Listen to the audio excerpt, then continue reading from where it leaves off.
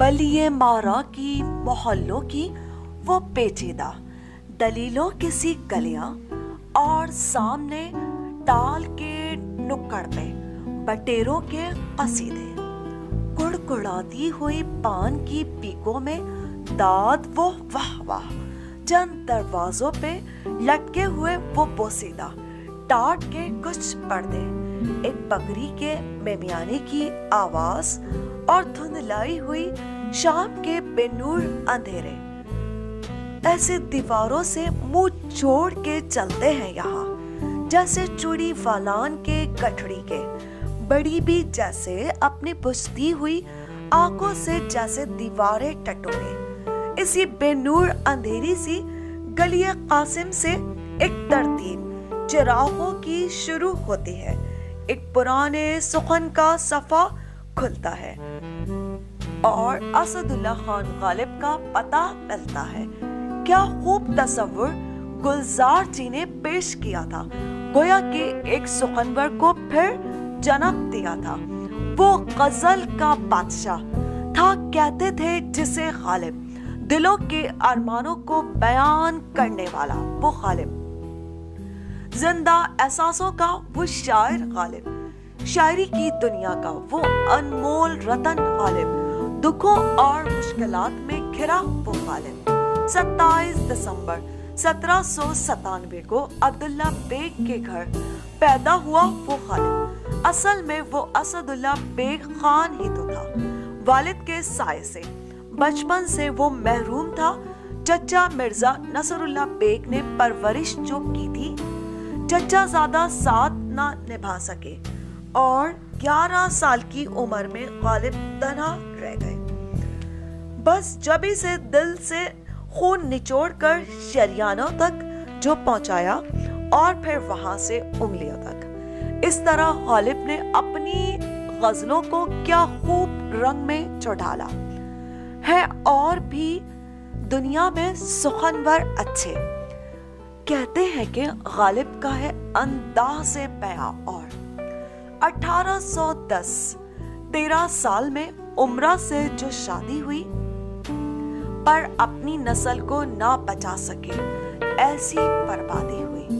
नजमुद्दौला तबीरुल मुल्क के खिताब से बहादुर शाह जफर ने जो नवाजा, खानदान तैमूरी की तारीख लिखने के लिए भी उनको किया आमादा।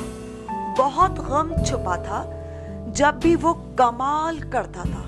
7 बच्चों की जुदाई का दुख उसे बहुत तड़पाता था।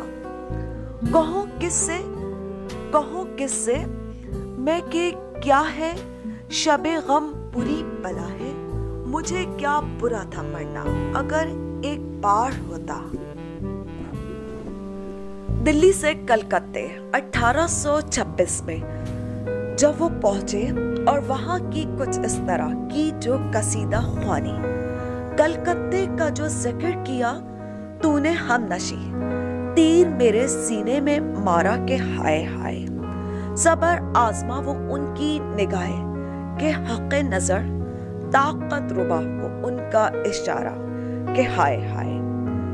शेरो सुखन की महफिलें जो सजा करती थी, वाह वाह की धूम हर जगह से वो समेट ही लेते थे। यहीं से गालिब के कलाम में ऐब निकालने का आगाज हुआ। फिर बादे मुखालिफ लिखने के बाद यहाँ से भी जो मुंह मोड़ा, अगर रहम नहीं करते तो ना करो, लेकिन ये सितम क्या मायने। सफर में लखनऊ और बनारस में जो कयाम किया, मीर अनीस से मुलाकात का सिलसिला यूं तमाम किया। जुआ खेलने का शौक जो इतना भारी पड़ा, उन्हें 2 बार जेल भी जाना जो पड़ा। मलकुश शौरा का खिताब जो उन्हें मिला, तो गालिब की तसानीफ का सिलसिला यूं शुरू हुआ। दरफश पंज आहंग, कुलियाते फारसी उनकी कुछ किताबें हैं।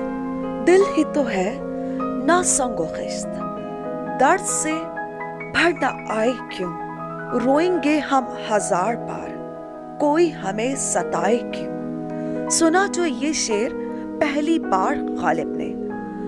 دوست کو دیکھ کر کچھ اس طرح کہنے لگے، سوچ رہا ہوں زمین کی چیز آسمان پر کس نے اڑا دی۔ فوراً چل دیے کوٹھے پر جو غالب، اور کہنے جو لگے اس طرح، معاف کیجیے گا محترمہ، یہ غزل سن کے میں چلا آیا۔ وہ بولی کہ کس کی غزل ہے یہ جانتے ہیں آپ؟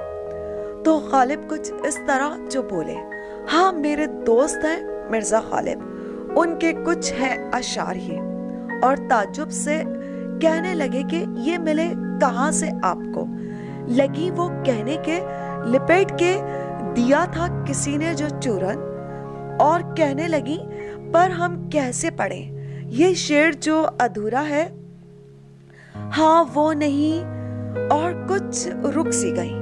اس پر غالب جو بولے، خدا پرست جاؤ وہ بے وفا سہی، جس کو دین و دل عزیز اس کی گلی میں جائے کیوں؟ بولی وہ، واہ بہت خوب، اور کہنے لگی سنے یہ غالب ہے کون؟ تو غالب کچھ اس طرح بولے، پوچھتے ہیں وہ کہ غالب کون ہے، کوئی بدلاؤ کہ ہم بتلائیں کیا؟ کثرت شراب نوشی غالب کو کہیں کا نہ چھوڑا۔ 1869 میں غالب کو آخر کار اس دنیا سے منہ جو موڑا، لائی حیات آئی قضا لے چلی چلے، اپنی خوشی نہ آئے اپنی خوشی چلے، جاتے ہوئے کہتے ہو قیامت کو ملیں گے، کیا خوب قیامت کا ہے گویا کوئی دن اور، ہوئی مدت کے غالب مر گیا ہے، پر یاد آتا ہے وہ ہر ایک بات پہ کہنا کہ یوں ہوتا تو کیا ہوتا۔